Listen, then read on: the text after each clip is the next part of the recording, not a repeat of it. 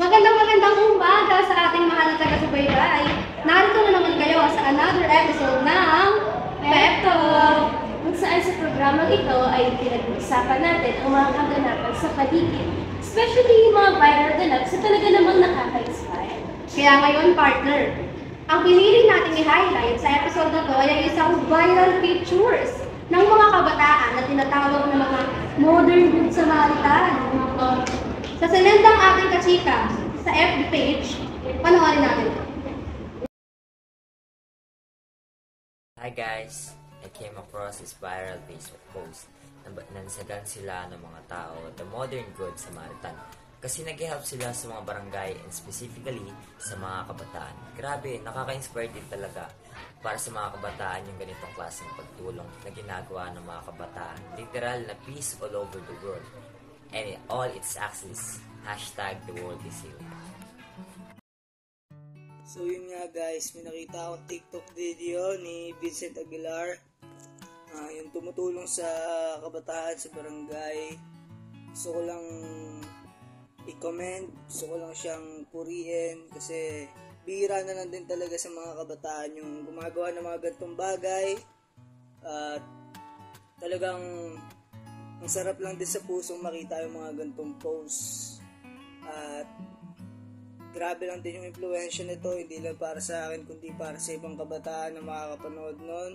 Na itong mga posts yung maganda sa social media na nakikita natin. Kaya yun, sana pagpatuloy lang din nila yun at maka-inspire sila ng ibang tao. God bless on God.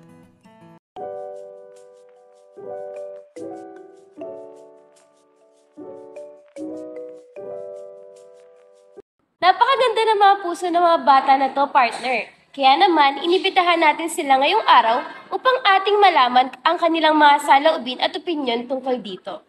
Kaya naman, akin na silang i-welcome na may halong palakpakan!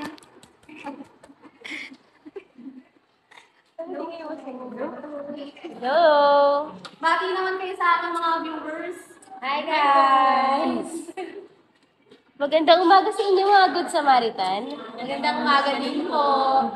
So, bago natin sila kausapin at mas lalo pang makilala, gusto natin malaman ang kanilang mga pangalan muna. Siyempre, magpapakilala mo. Ano pang pangalan mo? Ako pala si Mira Berson. I'm Teo Pacheco. I'm Alicia Lanzona. So ngayong kilala na natin sila, partner, gusto ko malaman natin ng mga taga-subaybay natin kung ano ba ang kwento sa likod ng viral pictures. So, ayun po. Pumunta po kami kasi sa may isang barangay po para sa work immersion po namin. And yung real purpose po ng immersion namin is for us to know and be informed po sa kung ano yung nangyayari sa may community. And also din po, para makita po ba namin or ma-experience po namin in real life po ba or makita namin personally po yung nangyayari sa likod or sa loob ng community.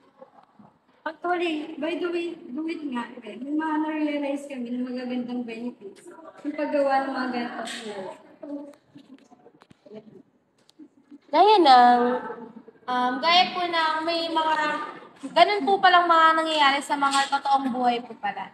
And also po, nabigyan po kami ng opportunity to relate with other people through immersion. Kamusta naman po ang experience? Sobrang saya po ng experience namin kasi at kakaiba kasi yung experience po namin is adding the immersion po is mas tumaas po yung care namin sa mga community namin and tinuruan po kami as a better individual po.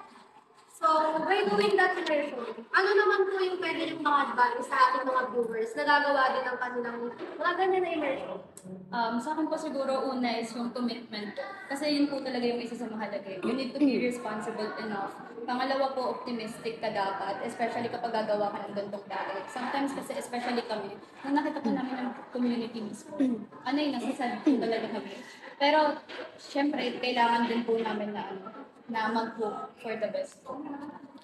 Ikaw naman po, Ate Mira, ano naman po ang masasabi mo? You need to be a role model talaga and be understanding sa situation ng mga tao. Also be practical or resourceful kasi during immersion, pwedeng hindi ma-meet yung mga expectations. Sa Ate Alicia, baka meron ko dadagdag. Sa akin naman is be energetic and be youthful and wag natin ipapakita sa mga kabataan na napapagod na tayo or whatsoever. And dapat sinusunod natin yung gusto ng heart natin. Ginagawa natin yun as a willingness, hindi dahil lang sa kailangan natin sa school. Dapat ginagawa natin to with a heart. And ano partner, para sa akin, gusto ko lang idagdag para sa ating mga viewers na we need to have a recipe hand, typing hard para sa ating lahat. Kaya hindi naman natin pwedeng i-save lahat, hindi lahat pwede natin tulungan, pero a little help can make other people's life better and impactful. Agree ako ng malala, partner. Kaya naman maraming salamat sa inyong pagdalo, sa aming imbitasyon at sa pagbabahagi ng madaming inspirasyon, encouragements, and knowledge sa ating mga manonood. Kaya naman, tuloy-tuloy sa episode ng Pep Talk. Maraming salamat at paalam! Alam!